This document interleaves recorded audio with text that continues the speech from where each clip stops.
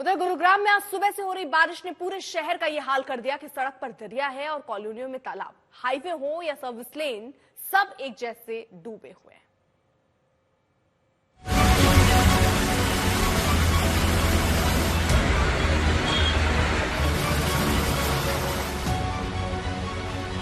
यह है cyber city Gurugram की तस्वीर।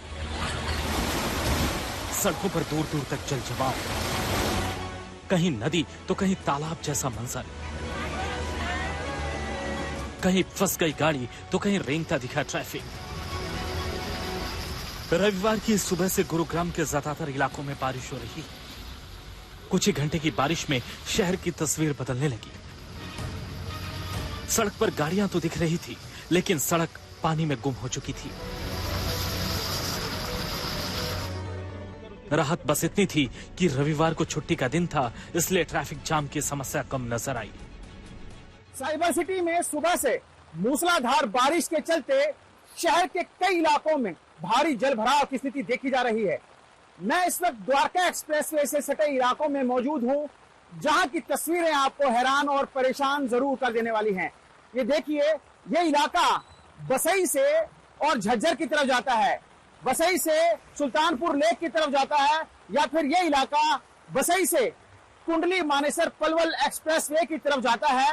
लेकिन यहाँ के सूरत हाल आप साफ तौर से देख सकते हैं कि सुबह से जारी मूसलाधार बारिश के बाद बाढ़ जैसे हालात हैं।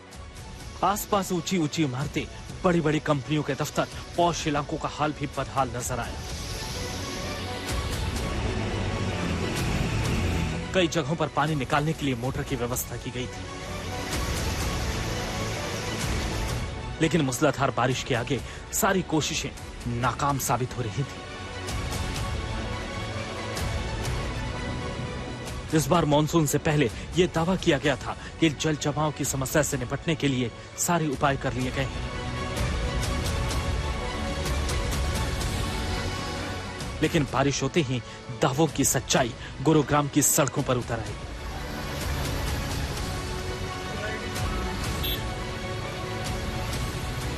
नीरज वशिष्ठ, गुरुग्राम, आज तक।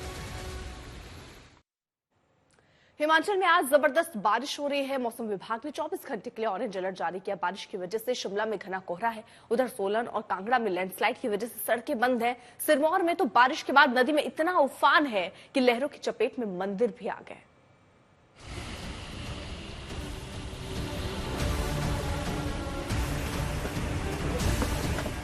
मूसलाधार बारिश और घना धुंध। शिमला में सैलानियों के सैर सपाटे पर ब्रेक लग चुका है। कोहरा ऐसा है कि घाटियों में कुछ नजर नहीं आ रहा है। सड़क पर आगे कुछ देखना मुश्किल है और फिसलन की वजह से गाड़ी चलाने में दिक्कत आ रही है।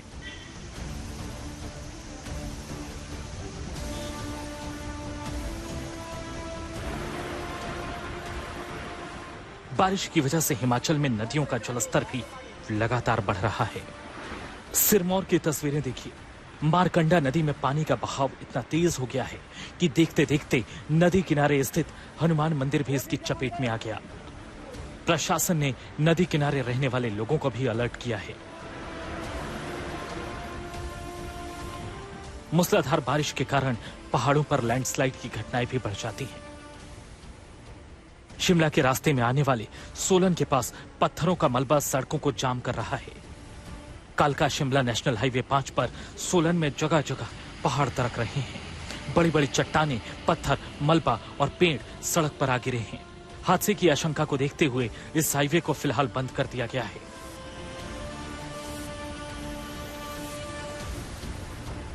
हिमाचल के कांगड़ा में बारिश का कोहराम कम नहीं है।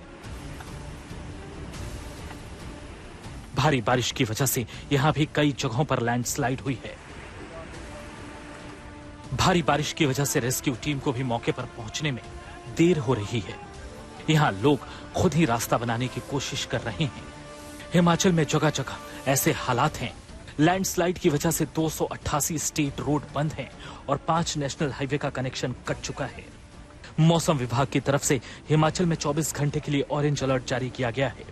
सिरमौर से दिनेश, कांगड़ा से अशोक रैना, सोलन से कमलजीत संधू के साथ विकास शर्मा, शिमला आज तक।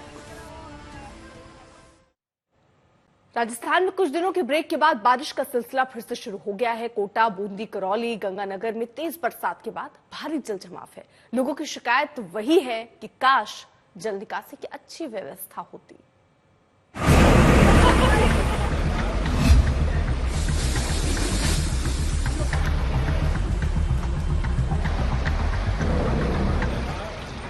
बूंदी की गलियों में बारिश के बाद दरिया की दौड़, पानी की रफ्तार ऐसी कि जो चीज सामने आई वहीं बह निकली। घरों, दुकानों से लोग देख रहे थे। बहती गंगा में हाथ धोने की कहावत आपने सुनी होगी। यहाँ लोग बहते दरिया में बर्तन धोने आ गए। राजस्थान के बूंदी में 4 दिन बाद एक बार फिर मूसलाधार पानी बरसा और शहर डूबने लगा।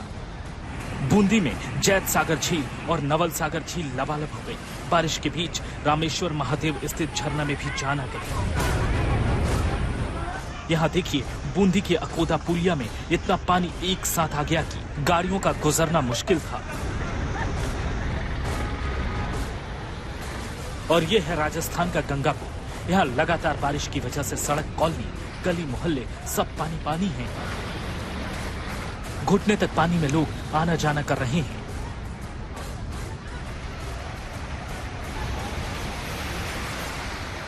गत वर्ष भी पानी भर गया था। गत वर्ष भी बहुत नुकसान हुआ था। करीब 1 लाख रुपए का नुकसान हुआ था। 1.25 लाख रुपए का मेरा ही पानी भर गया था। करीब 1-6 इंच पानी अंदर दुकान में हो गया था। इस साल कल तक तो कोई नुकसान नहीं हुआ था, लेकिन आज की बरसात से ऐसा लगता है कि आज भी शायद नुकसान होगा। अंदर कॉपियां और जो किताब है जो भीजेगी शायद। पानी की निकासी की व्यवस्था कैसी होगी, इसका जवाब तस्वीरें खुद दे रही हैं। राजस्थान के करौली में बारिश के बीच दर्दनाक हादसा हो गया। यहाँ एक मकान के ऊपर दूसरे मकान के चबूतरे का मलबा आ गिरा। मलबे की चपेट में आने से घर में सो रहे एक शख्स और उसके बेटे की मौत हो गई। इस हादसे में 2 लोग घायल हो गए। और ये तस्वीरें कोटा की है। यहाँ शनिवार सुबह से बारिश हो रही है। कल दोपहर यहाँ बारिश के दौरान पेड़ गिर गया, जिसके नीचे ऑटो और कार दब गई। बारिश की चेतावनी को देखते हुए रेस्क्यू टीम को अलर्ट पर रखा गया है। मध्य प्रदेश के ऊपरी हिस्से में तेज बारिश की वजह से कोटा बैराज बांध में पानी आ गया। बैराज के गेट भी खोले गए हैं। बूंदी से भवानी सिंह हाड़ा, करौली से गोपाल लाल माली के साथ चेतन गुर्जर, कोटा, आज तक।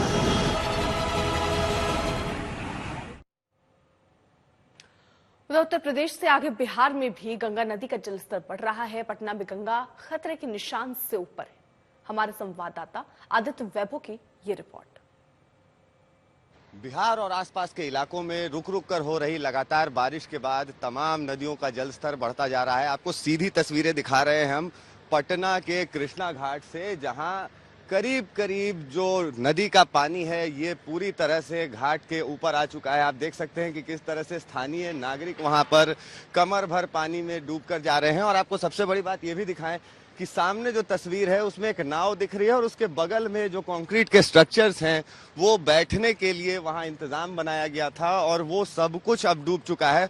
हालांकि अगर तथ्यों की बात की जाए तो जो जानकारी दी गई है flood control and drainage department जल संसाधन विभाग के चीफ इंजीनियर के द्वारा, उसमें साफ तौर पर बताया गया है कि पटना में गंगा नदी खतरे के निशान से ऊपर आ चुकी है। लेकिन सबसे बड़ी बात यह भी है कि ये बताया जा रहा है कि जो जल स्तर की स्थिति है वो काफी स्थिर है, काफी हड़बड़ाने की बात नहीं है। लेकिन सबसे बड़ी बात यह है कि पटना में, बिहार की राजधानी में भी गंगा का जल स्तर अब खतरे के निशान से ऊपर आ चुका है। और सबसे बड़ी बात आपको हम दिखा रहे हैं जो तस्वीरें ये गंगा नदी की हैं, जिसमें आप देख सकते हैं कि किस तरह से पानी पूरी तरह से मिट्टी के रंग से रंग गया है और इसमें तरह तरह की वनस्पतियां और उसके झुंड काफी साफ तौर पर आते देखे गए हैं। आपको ये भी बताएं कि ये जो टहलने का रास्ता बनाया गया था छात्रों के लिए अंटा घाट से गुलबी घाट के बीच में यूनिवर्सिटी एरिया है। तमाम बड़े कॉलेजेस यहाँ पे, पुराने कॉलेजेस शहर के यहाँ मौजूद हैं और इस जगह पर पानी लग गया है। अब सबसे बड़ी बात यह है कि लगातार जिला प्रशासन के द्वारा बोट ऑपरेटर्स और स्थानीय नागरिकों के लिए कई तरह के दिशा निर्देश जारी किए जा रहे हैं और इस बात का ख्याल रखा जा रहा है कि बढ़ते जल स्तर से जान और माल का नुकसान कम से कम हो। कैमरा पर्सन दीपक के साथ आदित्य वैभव, पटना, आज तक। उधर जम्मू कश्मीर में भी बारिश की वजह से लैंडस्लाइड और फ्लैश फ्लड की खबरें आ रही हैं। उधमपुर और पुंछ में लैंडस्लाइड की वजह से सड़कें बंद हैं। उधर किश्तवाड़ भारी बारिश की वजह से फ्लैश फ्लड वहां पर भी आ गया। हम तस्वीरें भी आपको दिखा रहे हैं। एक तरफ की पूरी सड़क जो है वो देखिए बंद हो चुकी है, पहाड़ दरक रहे हैं, सड़कें बंद हो रही हैं। कई जगहों पर ऐसे ही लैंडस्लाइड की तस्वीरें जम्मू कश्मीर से भी सामने आ रही हैं।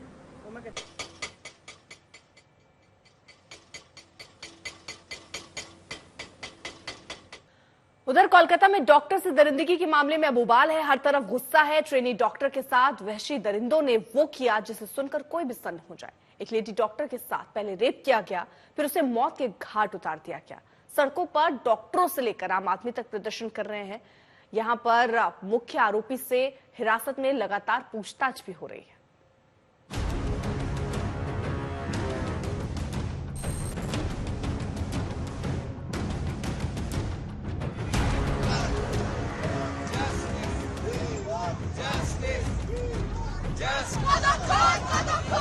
कोलकाता के आरजीकर अस्पताल में एक महिला डॉक्टर के साथ जिस तरह की हैवानियत की गई, उसके बाद यह गुस्सा पूरी तरह जायज दिखता है।